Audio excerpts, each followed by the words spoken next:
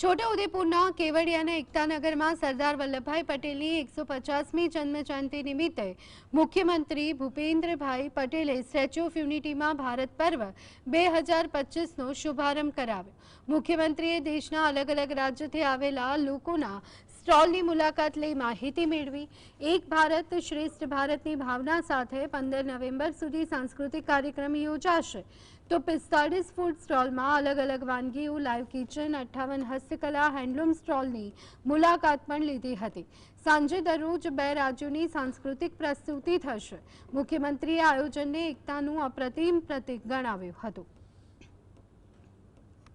નૃત્ય ભારતી સંસ્થા તરફથી અમે સૌએ આજે જય તું ગુજરાતમની પ્રસ્તુતિ કરી હતી, જેમાં અમને ખૂબ જ પ્રોત્સાહન મળ્યો છે। અમે ભરતનાટ્યમ જે સાઉથનું છે એ ગુજરાતી ભાષામાં કરી હતી। બધા કલાકારો સાથે કામ કરવાનો પણ અમને મોકો મળ્યો। ભારત પર્વ એ આપણા દેશની સંસ્કૃતિ અને એકતાનું પ્રતીક છે।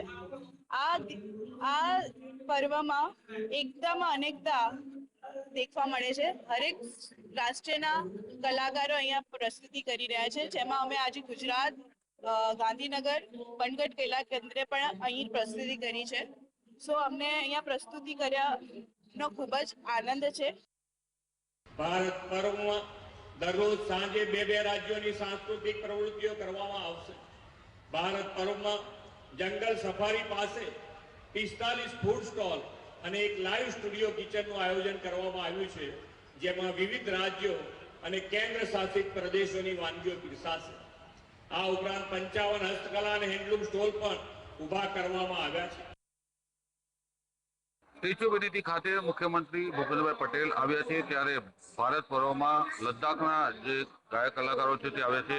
આપણે એની સાથે વાત કરીશું। आप यहाँ कैसा परफॉर्मेंस किए और कैसा लगा गुजरात?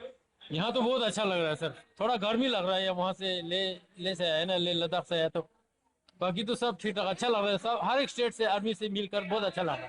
आपकी लद्दाख की भाषा में कौन सा गाना अच्छा है, वहाँ का हिट होगा के हमारे दर्शकों को बताइए।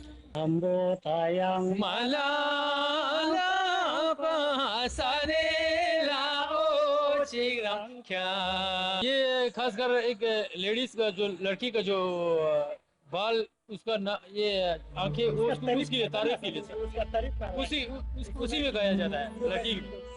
ગાયક કલાકારો છે અને તેઓ અહીં આવ્યા છે। સ્ટેચ્યુ ઓફ યુનિટી ખાતે કેટલાક દિવસોથી રોકાયા છે, અલગ અલગ કાર્યક્રમોમાં હાજરી આપી છે। Topic Dhaniwala, GST, Narmada.